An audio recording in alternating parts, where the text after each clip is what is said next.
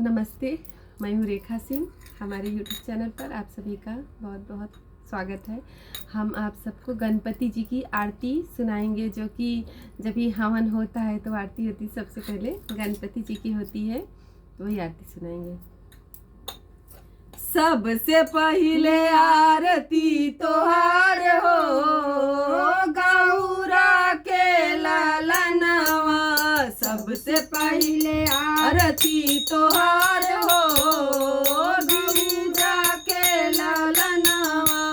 ब्रह्मा से पहले विष्णु से पहले, ब्रह्मा से पहले विष्णु से पहले, शंकर से पहले तोहार हो गौरा के लालनवा।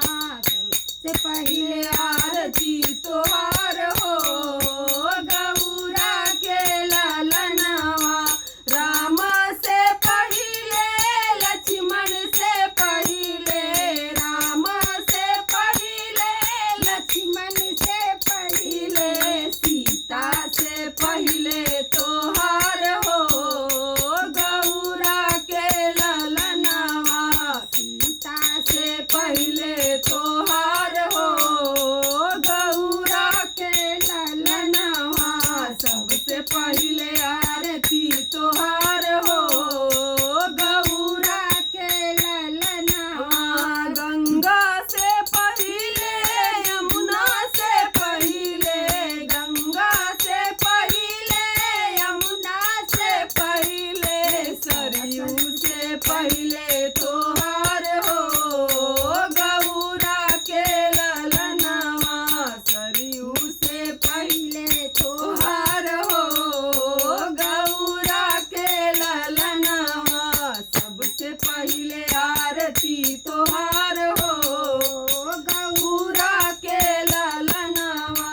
चंदा से पहले सूरज से पहले, चंदा से पहले सूरज से पहले, तारों से पहले तोहार हो गौरा के लालनवा।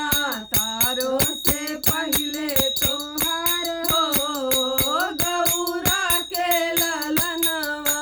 सबसे पहले आरती तोहार हो गौरा के लालनवा। सबसे पहले राधा से पहले, कृष्ण से पहले, राधा से पहले, हनुमत से पहले तोहार हो गौरा के लालनवा। हनुमत से पहले तोहार हो गौरा के लालनवा। सबसे पहले आरती तोहार हो गौरा के लालनवा। सबसे पहले आरती तोहार हो गौरा के लालनवा। गणपति बप्पा मोरया, मंगल मूर्ति मोरया।